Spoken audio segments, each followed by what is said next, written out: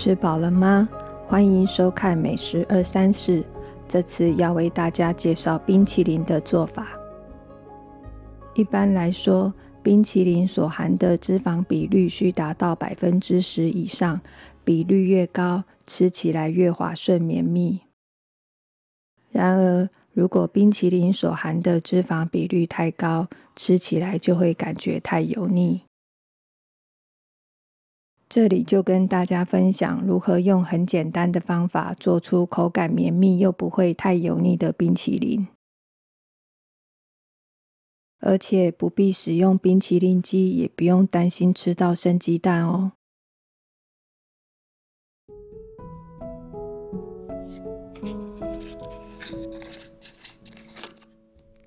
制作冰淇淋的所有材料都要至少先冷藏1晚。搅拌缸也最好先冰过，待会鲜奶油才能比较顺利打发。这里要记得选用只含牛奶与糖这2种成分的炼乳。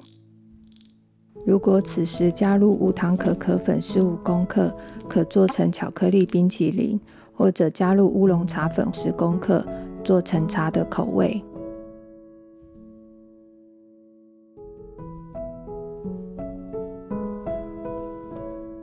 选用动物性而非植物性鲜奶油，不但比较好吃，也没有反式脂肪的疑虑。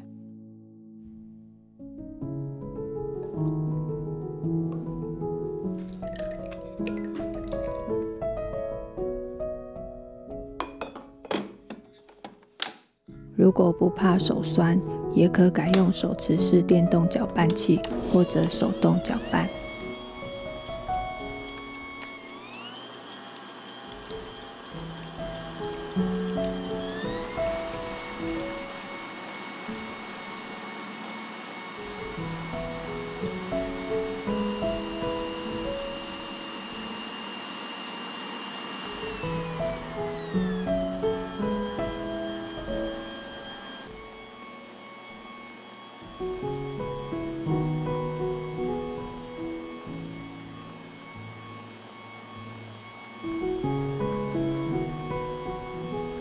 每次加入鲜奶后，要等鲜奶被鲜奶油吸收后，才能再加下一次。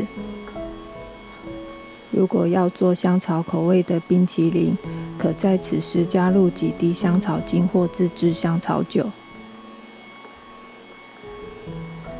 如果要做水果口味的冰淇淋，可在此时加入约50公克的果酱。最后改成用慢速搅拌，能将气泡打小，让冰淇淋口感更细致。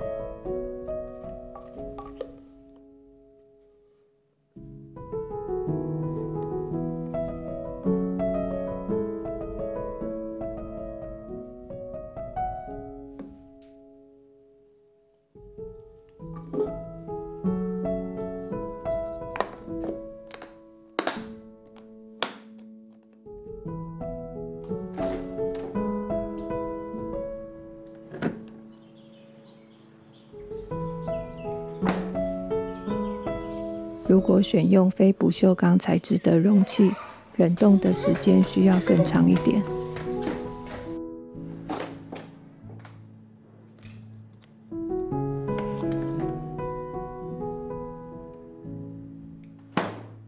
如果用凤梨酥膜将冰淇淋做成正方形，再用2片苏打饼干夹起来，就可做成冰淇淋饼干。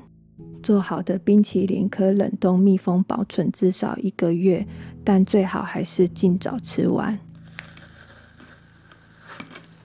如果喜欢我们的影片，记得按赞、分享、订阅，并打开小铃铛。有问题也可以留言哦。下次见。